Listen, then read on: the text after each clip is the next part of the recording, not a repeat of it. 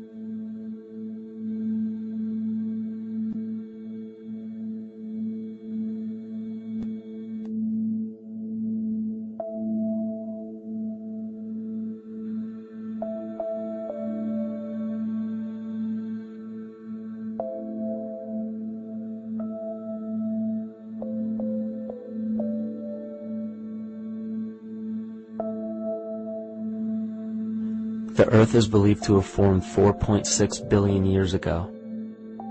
Within the first 150 million years, it began cooling and releasing gases from the lithosphere, which created the earliest forms of the Earth's atmosphere. Prior to the creation of this atmosphere, the sun's ultraviolet radiation made for uninhabitable conditions. But as the Earth cooled further, water condensed in the atmosphere, and oxygen accumulated, making way for organic compounds. This spawned single-celled organisms, and then plant life. And down through time, the evolutionary chain continued. And then we arrive at a species that does not seem to fit as well as the rest.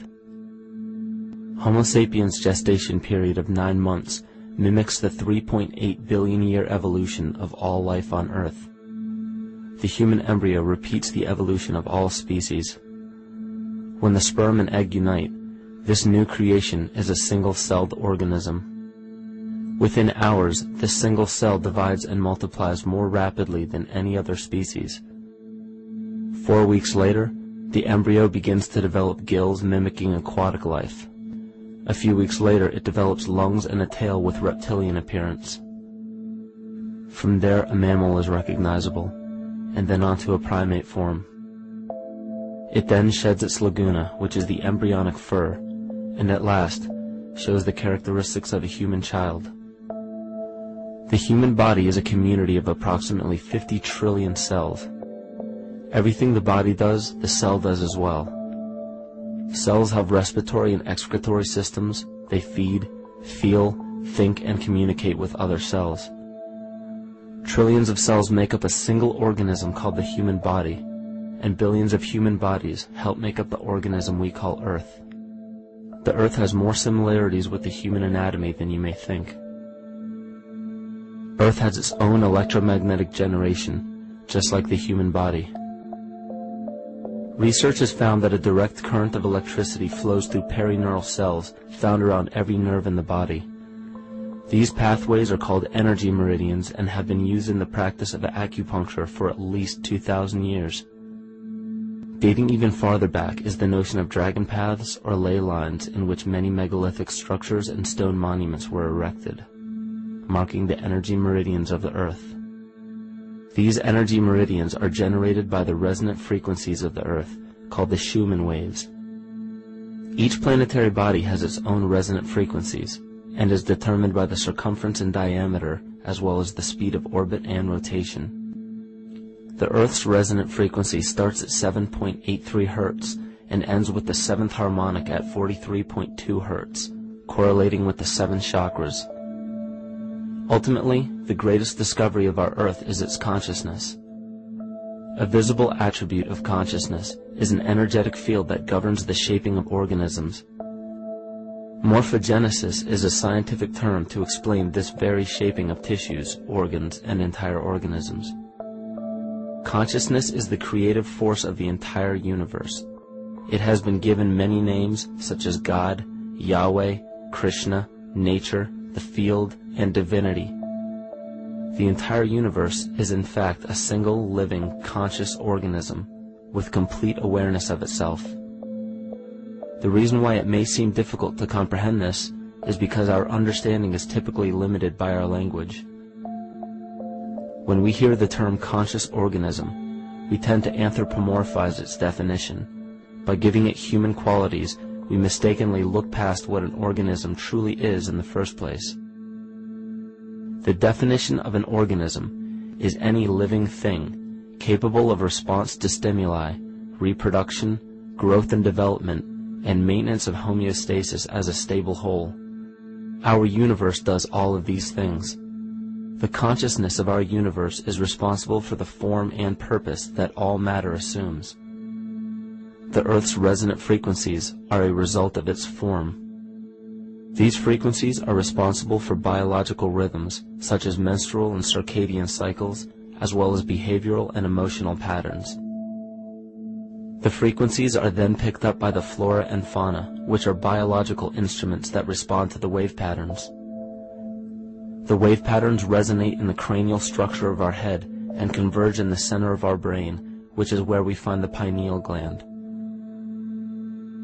The pineal gland is believed in many cultures to be the spiritual third eye responsible for intuition. Descartes called it the seat of the soul where mind and body meet. Each individual cell in our body receives an electromagnetic impulse from our central nervous system. They receive the very same impulse that was disseminated to every biological instrument from the earth. An explanation of our conscious universe has been attempted by religion, science, and philosophy. The neglect of biological nature from any organism causes illness. A divorce from nature, exile from Eden, confounding of tongues, they are all symptoms not of a biblical God or deity, but the true self. The greatest and only threat to ourselves is a loss of self, the death of our divinity. As we barrel through history with oceans of information, yet barely a drop of wisdom, we have to understand how we lost ourself.